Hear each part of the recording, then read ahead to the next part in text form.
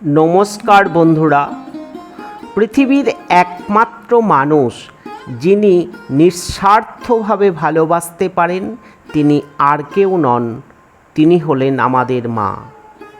আমার মনে হয় মা পৃথিবীর সবচেয়ে মধুরতম ডাক। হ্যাঁ বন্ধুরা, আমি যে মায়ের কথা বলছি তিনি আপনার আমার সবার মা, শ্রী শ্রী মা সারদা দেবীর কথা। সমাজ যাকে দূরে ঠেলে দিত তাকেও আপন করে কাছে টেনে নিতে পারতেন যিনি, তিনি আর কেউ নন, তিনি হলেন শ্রী শ্রী রামকৃষ্ণ পরমহংসদেবের সহধর্মিণী মা সারদা দেবী।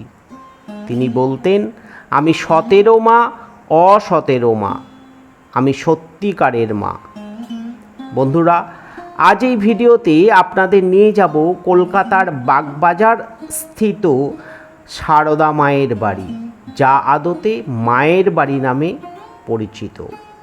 আপনাদের অনেকেই মায়ের বাড়ি দর্শন করেছেন, কিন্তু মনের প্রবল ইচ্ছা থাকা সত্ত্বেও বিভিন্ন কারণে অনেকেই হয়তো আসতে পারেননি। আজকের ভিডিওটি তাদের জন্য।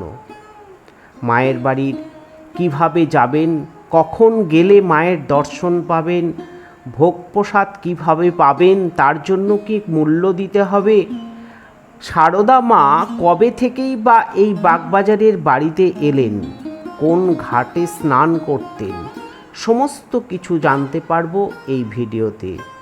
চলুন তবে মায়ের জীবন কথা শুনতে শুনতে মায়ের বাড়ি দর্শন করে আসি। এখন আমি দাঁড়িয়ে আছি খড়দাহ স্টেশনে। ঘড়িতে ভোর 4:45। ধরবো 5:02 শান্তিপুর শিয়ালদা লোকাল, দমদমে নামব। আজ আমি দমদম দিয়ে যাওয়ার রাস্তাটা দেখাবো। বাগবাজার মায়ের বাড়ি যাওয়ার অনেক রাস্তাই আছে, সেগুলো পরে জানবো। দমদম হতে 240 নম্বর বাস ধরবো এবং সেখান থেকে যাব বাটা মোড়। বাটা মোড় থেকে মায়ের বাড়ি 400 মিটার মতন। এখান থেকে আপনারা ইচ্ছা করলে টোটো বা অটো ধরেও যেতে পারেন, মাথা পিছু 10 টাকা ভাড়া নেবে। আমি হেঁটেই যাব। এই যে বিবেকানন্দের মূর্তিটি দেখছেন, এই দিকে অর্থাৎ বাম দিকে আমাদের যেতে হবে। চলুন যাওয়া যাক। দেখছেন রাস্তা বেশ ফাঁকা, শহর কলকাতার এখনও ঘুম ভাঙেনি। চলুন এগিয়ে যাই। এখান থেকে 200 মিটার মতন সামনে হাঁটলেই সামনে একটা বড় রাস্তা পড়বে, 3 মাথার মোড়, সামনে সঞ্জীবনী হাসপাতাল। সেখান থেকে ডান দিকে এগিয়ে গেলেই বাগবাজার। যতমত ততপথের যে উজ্জ্বল দীপশিখা প্রজ্বলিত করতে চেয়েছিলেন ঠাকুর রামকৃষ্ণদেব, মা সারদা নিভৃতে তার সলতে পাকানোর কাজটি করেছিলেন। এই যে চলে এসেছি, দেখুন 3 মাথার মোড় দেখতে পাচ্ছেন। সামনে যে বিল্ডিংটা দেখছেন ওটা সঞ্জীবনী হাসপাতাল। আমরা এবার ডান দিকে যাব। একটু এগোলেই বাগবাজার। আজ থেকে প্রায় 150-60 বছর আগে যখন সমাজ আরও ভেদাভেদ ক্লিষ্ট, তখন মা সারদা বিবেকানন্দ এবং সারদানন্দকে যেমন নিজের ছেলের আদর দিতেন, ঠিক তেমনই মায়ের আশিসটুকু থেকে বঞ্চিত করেননি মা তার ডাকাত ছেলে আমজাদকেও। ঠাকুর রামকৃষ্ণদেব একবার সারদা দেবীকে বলেছিলেন, পরে দেখবে এত ছেলে তোমায় মা বলে ডাকবে, তোমার সামলানো ভার হয়ে উঠবে। ঠাকুরের সে কথা বিফলে যায়নি। আমরা চলে এসেছি বাগবাজার। সামনেই দেখতে পাচ্ছেন শ্রী শ্রী মায়ের সারদার তোরণ। এখান থেকে এই যে পাশে যে পাবলিক টয়লেটটি দেখতে পাচ্ছেন, এর পাশ দিয়ে ডান দিক দিয়ে একটুখানি এগিয়ে গেলেই আমরা পাবো উদ্বোধন পত্রিকার অফিস, এবং সেখানে গেলে একটি সাইনবোর্ড দেখতে পাবো এবং বাঁদিকে টার্ন নিলেই মায়ের বাড়ি। চলুন এগিয়ে যাই।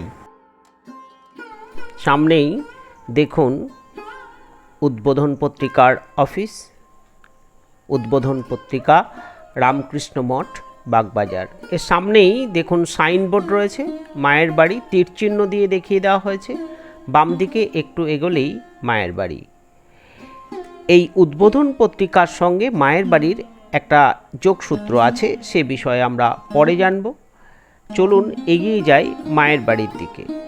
ঠাকুর শ্রী রামকৃষ্ণদেবের আধ্যাত্মিক সহধর্মিণী শ্রী সারদা দেবী 1853 খ্রিস্টাব্দের 22শে ডিসেম্বর বাঁকুড়ার কামারপুকুর সংলগ্ন জয়রামবাটিতে জন্মগ্রহণ করেন। পিতা রামচন্দ্র মুখোপাধ্যায় ছিলেন একজন ধার্মিক এবং দয়ালু ব্যক্তি, আর মা শ্যামাসুন্দরী দেবী ছিলেন একজন স্নেহশীলা মহিলা। মাত্র 6 বছর বয়সে শ্রী রামকৃষ্ণদেবের সঙ্গে বৈবাহিক সূত্রে আবদ্ধ হন সারদা দেবী। 1872 সালে মাত্র 19 বছর বয়সে তিনি স্বামীর সঙ্গে দেখা করতে দক্ষিণেশ্বরে আসেন, সম্পূর্ণ পায়ে হেঁটে। সারদা মায়ের জীবনীকারদের মতে গার্হস্থ্য ও সন্ন্যাস জীবনের আদর্শ স্থাপন করার জন্য ঠাকুর ও মা সারদা উভয়েই অবিচ্ছন্ন ব্রহ্মচর্যের অনুশীলন করে জীবনযাপন করতেন। 1886 সালে রামকৃষ্ণদেবের মৃত্যুর পর সারদা দেবী কয়েক মাস তীর্থযাত্রায় কাটিয়েছিলেন এবং তারপর কামারপুকুরে চলে যান। সেখানেই তিনি অত্যন্ত অভাবের মধ্যে জীবনযাপন করছিলেন। এই কথা রামকৃষ্ণদেবের শিষ্যরা জানার পর মা সারদাকে কলকাতায় নিয়ে আসেন, কিন্তু দুঃখের বিষয় কলকাতায় মায়ের কোনো নিজস্ব বাড়ি ছিল না। তাই শারদানন্দজি মায়ের বাড়ি তৈরির জন্য গঙ্গার ধারে একটি নিরিবিলিতে জায়গা খুঁজছিলেন। 1906 সালে ঠাকুরের এক ভক্ত এই যেখানে মায়ের বাড়ি দেখছেন এই জমিটি দান করেন স্বামী শারদানন্দজি মহারাজকে।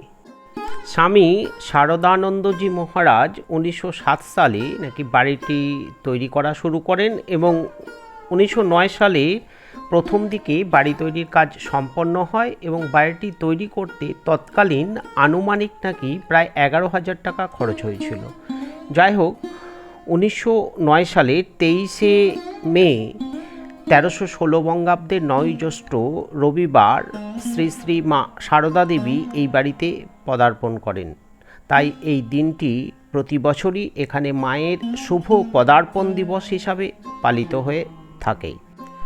1909 সাল থেকে 1920 সাল পর্যন্ত এই বাড়িতে দ্বিতলের ঠাকুর ঘরে মা বাস করতেন এবং এই বাড়িতেই 1327 বঙ্গাব্দে 4ঠা শ্রাবণ মঙ্গলবার 1920 সালের 20শে জুলাই মহাসমাধি লাভ করেন। যে বাড়িটি দেখছেন এটাই সেই মায়ের বাড়ি, এটি রামকৃষ্ণ মিশনের অধীনস্থ।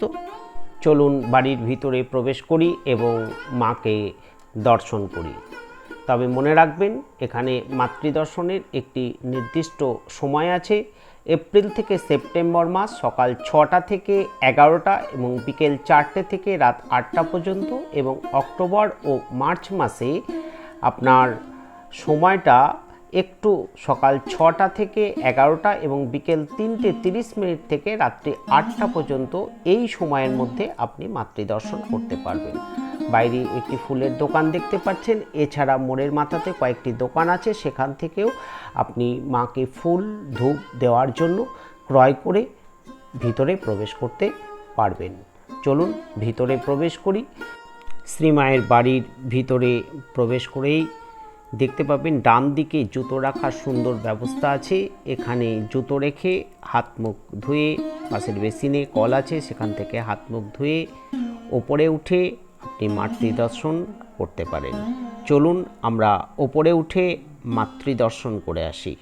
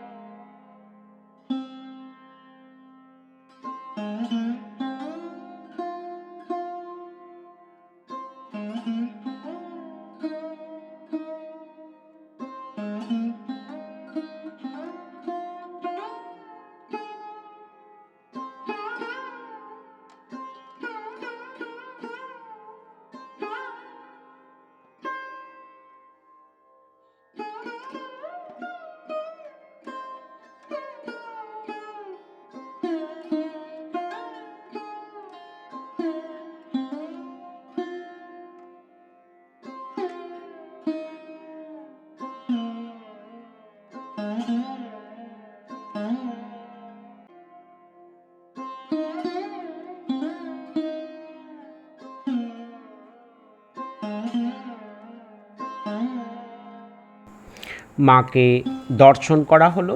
চলুন এবার নিচে নেমে যাই।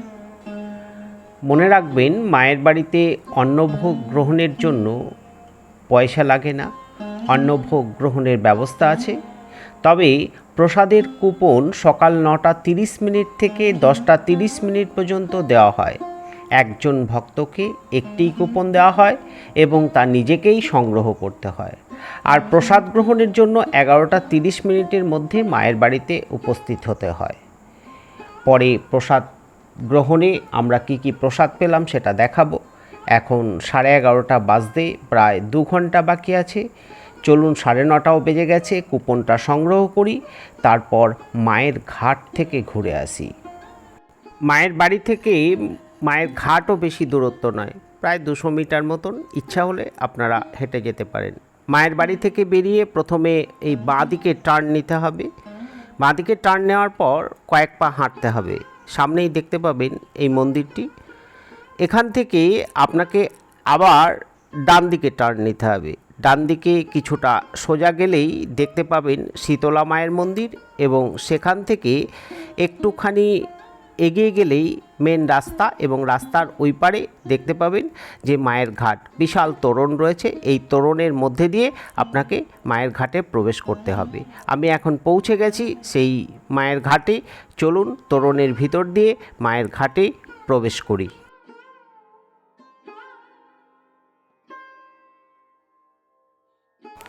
হুগলি নদীর পূর্ব তীরের এই ঘাটটি একদা দুর্গাচরণ মুখার্জি তথা পাগলাবাবুর ঘাট নামে পরিচিত ছিল। শ্রীমা সারদা দেবী বাগবাজারের উদ্বোধনের এই বাড়িতে যে 11 বছর ছিলেন, সেই সময় তিনি প্রতিদিন এই ঘাটে স্নান করতে আসতেন। তাই এই ঘাটটি আজ একটি পবিত্র তীর্থক্ষেত্র হিসাবে পরিগণিত হয়েছে। এই ঘাটটি বাগবাজারের মায়ের ঘাট নামে পরিচিত। আমি এখন এই মায়ের ঘাটেই দাঁড়িয়ে রয়েছি। প্রতিদিন এই ঘাটে হাজারো পুণ্যার্থী স্নান করতে আসেন পুণ্য লাভের আশায়। ওই যে দূরের ওপার, ওটি হুগলি নদীর পশ্চিম প্রান্ত।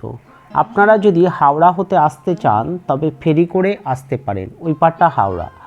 ফেরি ভাড়া মাত্র 7 টাকা। আর এইদিকে দেখুন স্টেশন রয়েছে, বাগবাজার স্টেশন। দমদম হতে মাঝেরহাট হয়ে চক্ররেলে এখানে আসতে পারবেন। আবার বিবাদিবাগ হতেও ট্রেনে করে আসতে পারেন। এই স্টেশনে নেমে হেঁটেই মায়ের বাড়ি যেতে পারবেন। এছাড়া ধর্মতলা, এসপ্ল্যানেড এবং গড়িয়া হতেও বাসে করে আসতে পারবেন মায়ের বাড়ি। এখন ঘড়িতে 11টা বাজছে। চলুন এবার মায়ের বাড়ির দিকে যাই, অন্নপ্রসাদ গ্রহণ করি। আগেই বলেছি, মায়ের বাড়ির প্রসাদ গ্রহণের জন্য কোনো মূল্য দিতে হয় না। আপনারা ইচ্ছা হলে অনুদান হিসাবে কিছু দিতেও পারেন, আবার নাও পারেন। সেটা সম্পূর্ণ আপনাদের ইচ্ছার উপর নির্ভর করবে।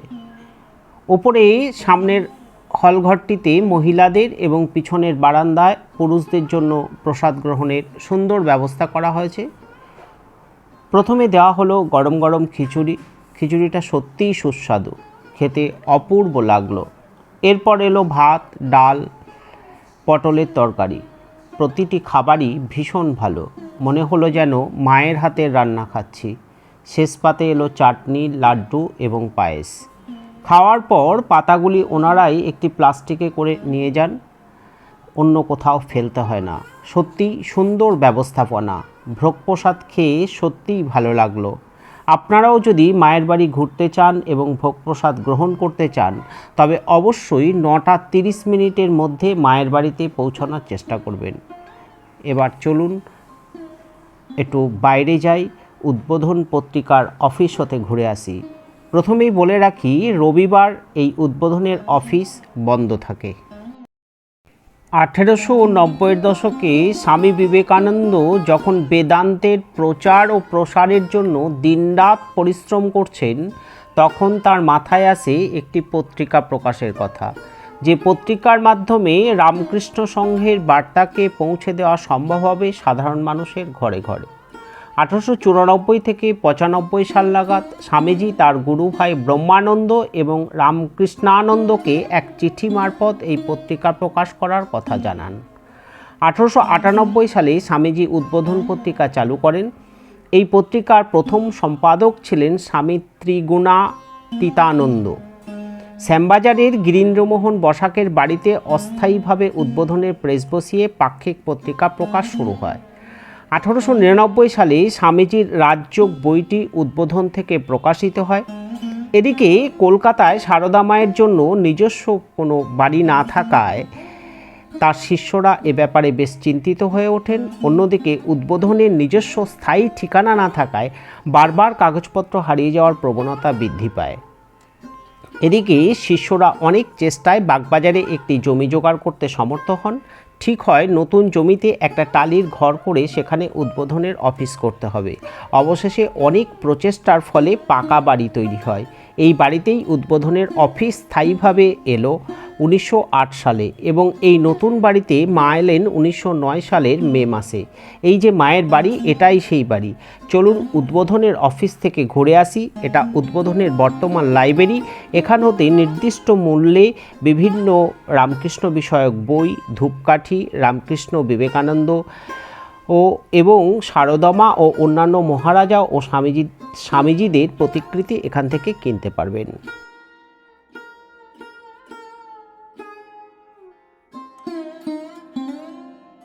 দেখছেন উদ্বোধনের লাইব্রেরি, এক মনোরম আধ্যাত্মিক পরিবেশে ঘেরা স্থান। এই স্থানে এলে সত্যিই মন ভালো হয়ে যায়, মনে জাগে এক অদ্ভুত অনুভূতি। একদিন যদি সময় পান তাহলে চলে আসুন, মায়ের বাড়ি ঘুরে যান, দেখবেন ভালো লাগবে। ভিডিওটা আজকে এখানেই শেষ করলাম। ভালো থাকুন, সুস্থ থাকুন, আর সময় পেলে একবার অবশ্যই বাগবাজারের মায়ের বাড়ি ঘুরে যান। ভিডিওটা কেমন লাগলো কমেন্ট বক্সে কমেন্ট করে জানাতে ভুলবেন না। আর যারা এখনো আমার চ্যানেলটিকে সাবস্ক্রাইব করেনি তাদের কাছে অনুরোধ, অবশ্যই চ্যানেলটিকে সাবস্ক্রাইব করে পাশে থাকবেন। ভালো থাকুন, সুস্থ থাকুন।